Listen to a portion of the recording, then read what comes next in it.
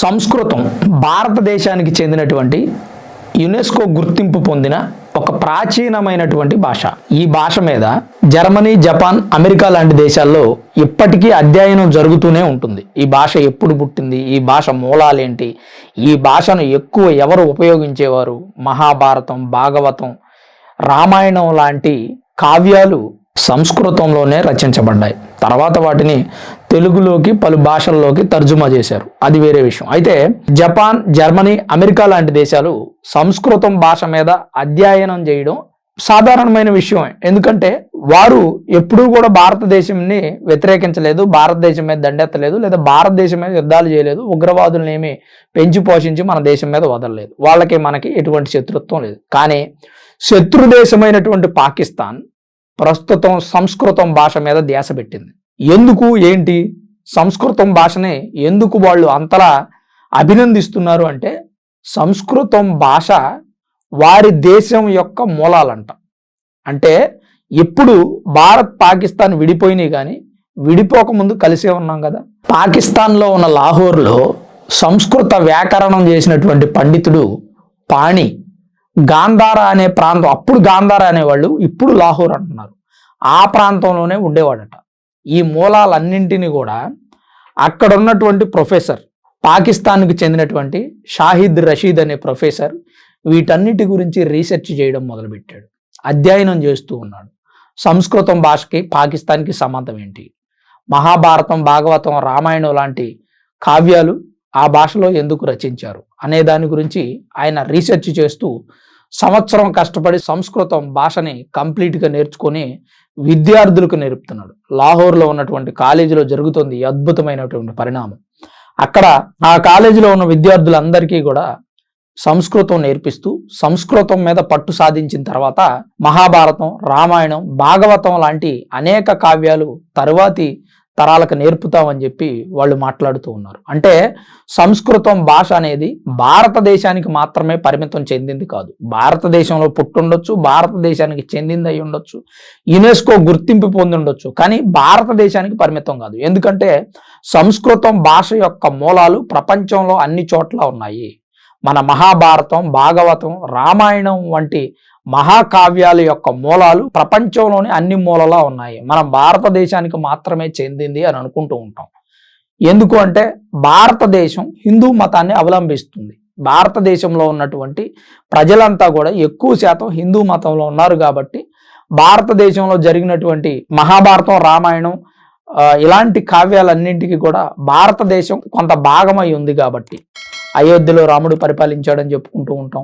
అలానే గుజరాత్లో ద్వారకా టెంపుల్ ఒకప్పుడు ఉండేది, మునిగిపోయిందని చెప్పుకుంటూ ఉంటాం. అంటే మహాభారతం, భాగవతం, రామాయణం లాంటి కావ్యాలకి, ఖండాలకి, అద్భుతమైనటువంటి వేదాలకి మన భారత్ కనెక్ట్ అయి ఉంటుంది. కానీ వీటి మూలాలు ప్రపంచమంతా వ్యాపించి ఉన్నాయని చెప్పి సైంటిస్టులు రీసెర్చ్ చేస్తున్న కొద్దీ కొన్ని విషయాలు బయటపడుతూ ఉన్నాయి. వాటన్నింటినీ మీరు గతంలో కూడా అనేక సందర్భాల్లో విని ఉంటారు. అయితే ఇప్పుడు పాకిస్తాన్కు చెందినటువంటి ఇటువంటి ప్రొఫెసర్స్ కూడా వాళ్ళ దేశంలో కూడా ఆ కావ్యాల యొక్క, అలాగే సంస్కృతం భాష యొక్క మూలాలు ఉన్నాయని రీసెర్చ్ చేయడం మొదలుపెట్టారు. ఆ రీసెర్చ్లో తెలిసిన విషయాలే ఇవి. అలానే సంస్కృతం భాషలో ఉన్నటువంటి గొప్పతనాన్ని తెలుసుకున్న ఆ ప్రొఫెసర్ సంస్కృతం భాషను పఠించి నేర్చుకుని విద్యార్థులు కూడా పుస్తక పఠనం చేయిస్తూ ఉన్నారు. అయితే భాగవతం, అలాగే మహాభారతం, రామాయణం లాంటి కావ్యాలు, ఎగ్జాంపుల్ మహాభారతం తీసుకుందాం. మహాభారతంలో ఉన్నటువంటి 18 పర్వాలు కూడా మనిషి యొక్క జీవన శైలిని, మంచి ఏది, చెడు ఏది, కొన్ని చెడు విషయాలని మనం ఎలా అధిగమించాలి, మంచి విషయాల్లో మనం ఎలా పట్టు సాధించాలి, ఏకాగ్రత ఏంటి, చదువు ఏంటి, గురువు ఏంటి, చెడు చేసే వాళ్ళకి ఎలా సమాధానం చెప్పాలి, మంచి చేసే వాళ్ళకి ఎలా మంచి చేయాలి. ఎగ్జాంపుల్ కర్ణుడు లాంటి ఒక పాత్ర, మహాభారతంలో ఉన్నటువంటి పాత్ర, సర్వం దానం చేశాడు. అతను ఏది అడిగినా కాదనకుండా, యాచించిన వారికి లేదనకుండా ఇచ్చాడు. చివరి స్థితిలో తాను చేసినటువంటి కర్మ ఫలితానుసారం తను రథం భూమిలో ఇరుక్కుపోవడం కానీ, లేదంటే ఆ బాణాల యొక్క మంత్రాలను మరిచిపోవడం కానీ, ఆ రోజు ఏదైతే ద్రౌపది వస్త్రాపహరణం జరిగినప్పుడు ఆ సభలో ఉన్నటువంటి వ్యక్తులు ఎవ్వరూ కూడా ప్రశ్నించకపోవడం, దాని కర్మ ఫలితం వీళ్ళంతా అనుభవించారు. ప్రశ్నించినటువంటి ఒకే ఒక్క వ్యక్తి అశ్వత్థామ మాత్రం కురుక్షేత్ర యుద్ధంలో చనిపోలేదు, మిగిలిన వాళ్ళంతా చనిపోయారు. అంటే మంచి చేస్తే మంచి, చెడు చేస్తే చెడు, కర్మ ఫలితం ఖచ్చితంగా ఉంటుందని భగవద్గీత వివరిస్తుంది. ప్రపంచానికి దిశానిర్దేశం చేసేటువంటి గొప్ప గొప్ప కావ్యాలు ఈ సృష్టిలో రచించబడ్డాయి. అలాంటి వ్యక్తుల గురించి, అలాంటి ఒక చరిత్ర గురించి తర్వాతి తరాలకు తెలియజేస్తే వారి జీవన శైలి మారుతుంది, మంచేది చెడేది అనేది తెలుసుకోగలుగుతారు. దైవం హిందువులకు మాత్రమే పరిమితమైంది, భారతం భగవద్గీత అనే విషయాలను పక్కన పెడితే దానిలో ఉన్నటువంటి మంచి, ఆ మంచిని మాత్రమే వెతుక్కునే ప్రయత్నం చేస్తున్నారు పాకిస్తాన్ వ్యక్తులు. ఒక రకంగా ఇది గొప్ప పరిణామం. ఇప్పుడు పాకిస్తాన్ అనే ఒక దేశం మన దేశానికి సంబంధించినటువంటి ఏవైతే కావ్యాలు అలాగే సంస్కృతం భాష గురించి రీసెర్చ్ చేయగలుగుతున్నారు అంటే భవిష్యత్తు తరాల్లో భారత్ పాకిస్తాన్ మధ్య ఉన్నటువంటి ఈ పగలు, పచ్చగడ్డి వేస్తే బగ్గుమనే అటువంటి పగల్ని కొంతవరకు తగ్గించుకునే ప్రయత్నం ఉంటుంది. ఎందుకంటే ఈరోజు మూర్ఖత్వంగా, మొండిగా భారత్ అంటే మాకు పగ అనే విధంగా తయారైనటువంటి పాకిస్తానీలు ఉగ్రవాదులను తయారు చేసి పెంచి పోషించి మన దేశం మీదకు వదులుతూ ఉన్నారు. అసలు మనకి ప్రత్యేక దేశం అనే భిక్ష పెట్టిందే భారతీయులు. ప్రత్యేక దేశాన్ని ఇచ్చిన తర్వాత మన దేశంలో మనకు అవసరమైనటువంటి తిండి తినడానికి ఇచ్చినటువంటి డబ్బులు కానీ, మనం మంచిగా బ్రతకడానికి భారత్ చేసినటువంటి సాయాన్ని కానీ మరిచిపోకుండా ఉండాలి అనే విషయం కూడా తెలుసుకోగలుగుతారు భవిష్యత్తులో. అంతే కదా, మరి మనం ఇవ్వకపోయినట్టు పాకిస్తాన్ దేశం ఈరోజు మ్యాప్లో ఉండేది. ఆ రోజు మన నాయకులు మహమ్మద్ అలీ జిన్నా అనే వ్యక్తి నాకు ప్రత్యేక దేశం కావాలి, మా ముస్లిమ్స్ అందరికీ మేము వెళ్ళిపోయి ఇస్లాం కంట్రీ స్థాపించుకుంటాం అంటే మన నాయకులు ఇచ్చారు వేరే దేశాన్ని. మరి ఆ దేశంలో ఉన్నటువంటి వ్యక్తులు, మనం దేశంగా విభజించి ఇచ్చినటువంటి వ్యక్తులు మనకే పక్కలో బల్లెంలాగా మారి ప్రతిసారి మనల్ని విమర్శిస్తూ, ఏ మతంలో అయినా లోపాలు ఉంటాయి, అవి లోపాలు కాదు, దాన్ని పూర్తిగా చదువుకొని అర్థం చేసుకోగలిగితే దాంట్లో ఉన్నటువంటి తారతమ్యం ఏంటి, దాంట్లో ఉన్నటువంటి అంతరార్థం ఏంటి అనేది తెలుస్తుంది.